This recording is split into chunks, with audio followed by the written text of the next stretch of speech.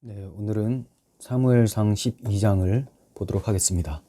12장은 11장 마지막 부분에서 사울로 왕을 삼고 화목제를 드림으로 나라를 새롭게 한 후에 이어지는 사무엘의 권면이에요. 이제 왕이 세워졌으니 그동안 사사로 섬겨온 사무엘의 이임사라고 할 수가 있습니다.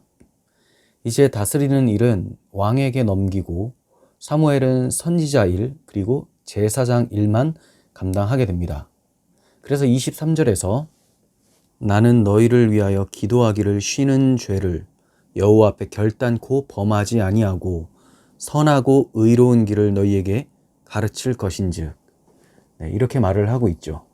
기도하기를 그리고 가르친다라고 얘기를 하고 있어요.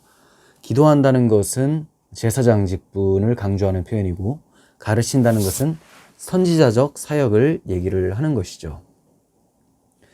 권면의 핵심은 20절에 보면 오직 너희의 마음을 다하여 여호와를 섬기라. 이전에 하나님 앞에 징계를 받았었던 이유는 다 하나님을 제대로 섬기지 않았기 때문에 마음 다해서 하지 않고 표면적으로, 그리고 표면적으로도 섬기지를 못했습니다. 그러므로 마음을 다해서 여호와를 섬기라는 것을 권면의 핵심으로 두고 있는 거예요. 사무엘은 먼저 자신의 사역에 대해서 얘기를 합니다. 2절 하반절을 보겠습니다. 나는 늙어 머리가 휘어졌고 내 아들들도 너희와 함께 있느니라. 내가 어려서부터 오늘까지 너희 앞에 출입하였거니와. 그리고 말하기를 사역을 감당할 때 소나 나귀를 빼앗은 적이 없고 압제를 하거나 또 뇌물을 받은 적이 없다 하면서 결백을 주장을 하고 있습니다. 이렇게 말하는 것은 자신을 드러내기 위해서가 아니라 이제 권면하려는 내용이 권위를 갖도록 하기 위해서 주장을 하고 있는 것이죠. 만일 자신이 그렇게 살지 못했다면 지금 하려는 권면이 저들에게 권위를 가질 수가 없는 것이고 또 울리는 꽹과리에 지나지 않을 거예요. 또 사무엘은 권면에 앞서 하나님께서 행하신 큰 일들, 즉 출애굽 행사로부터 약 500년간의 행사를 요약해서 말을 해줍니다. 그런 후에 여호와께서 왕이심에도 불구하고 왕을 구한 죄가 얼마나 무거운지를 거듭 말을 하고 있습니다.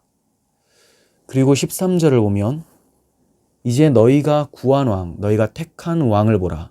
여호와께서 너희 위에 왕을 세우셨느니라 하면서 사울 왕을 가리키며 이렇게 말을 하고 있습니다. 그리고 경고하기를 15절이에요. 너희가 만일 여호와의 목소리를 듣지 아니하고 여호와의 명령을 거역하면 여호와의 손이 너희의 조상들을 치신 것 같이 너희를 치시리라 라고 말씀을 하고 있습니다. 자, 이게 사울 왕을 세우시고 주시는 말씀이에요.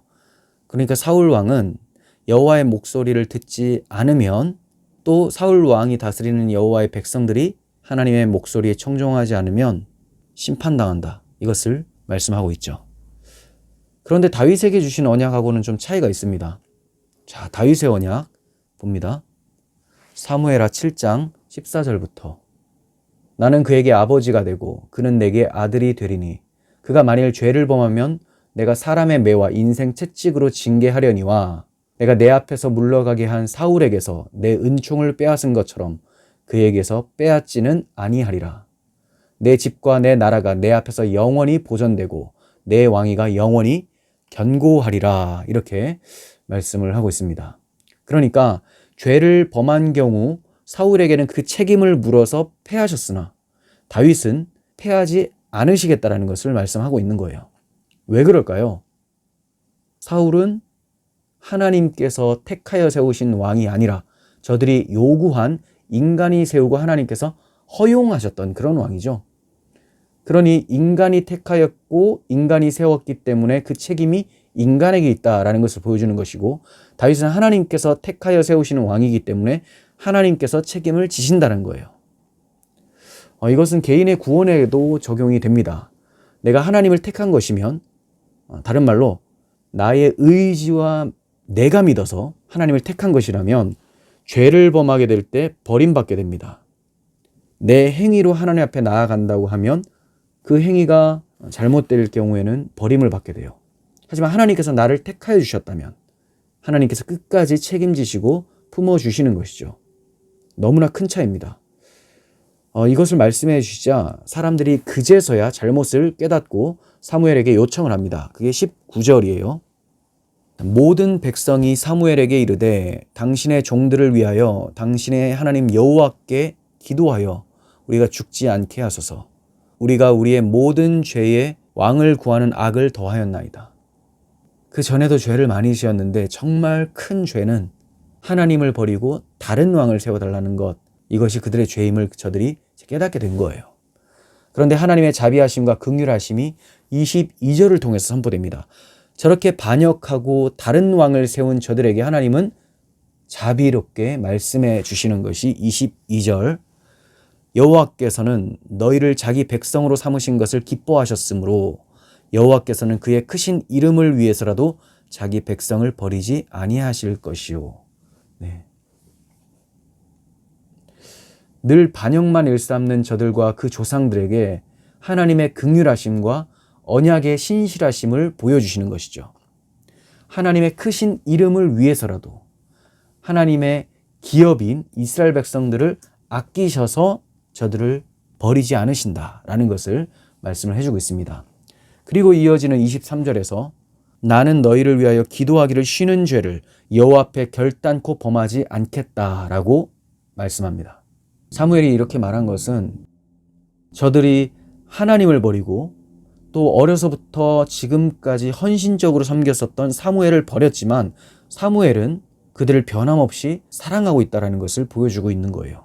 자, 이러한 모습은 앞으로 우리의 반역에도 불구하고 우리를 사랑하셔서 자신의 모든 것을 주시는 예수 그리스도의 사랑을 나타내고 있는 것이죠. 그리고 하나님을 사랑하는 자는 어떻게 해야 되는지를 보여주고 있는 거예요. 사무엘의 모습은 예수 그리스도의 예표임과 동시에 예수 그리스도를 믿는 사람들, 그리스도의 사랑을 받은 자들은 마땅히 그분과 같은 삶을 살아야 됨을 말씀을 하고 있는 것이죠. 사무엘은 마지막으로 권면과 경고의 말을 하면서 마칩니다. 24절, 25절이에요.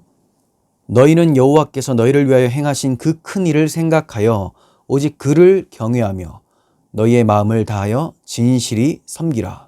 만일 너희가 여전히 악을 행하면 너희와 너희 왕이 다 멸망하리라.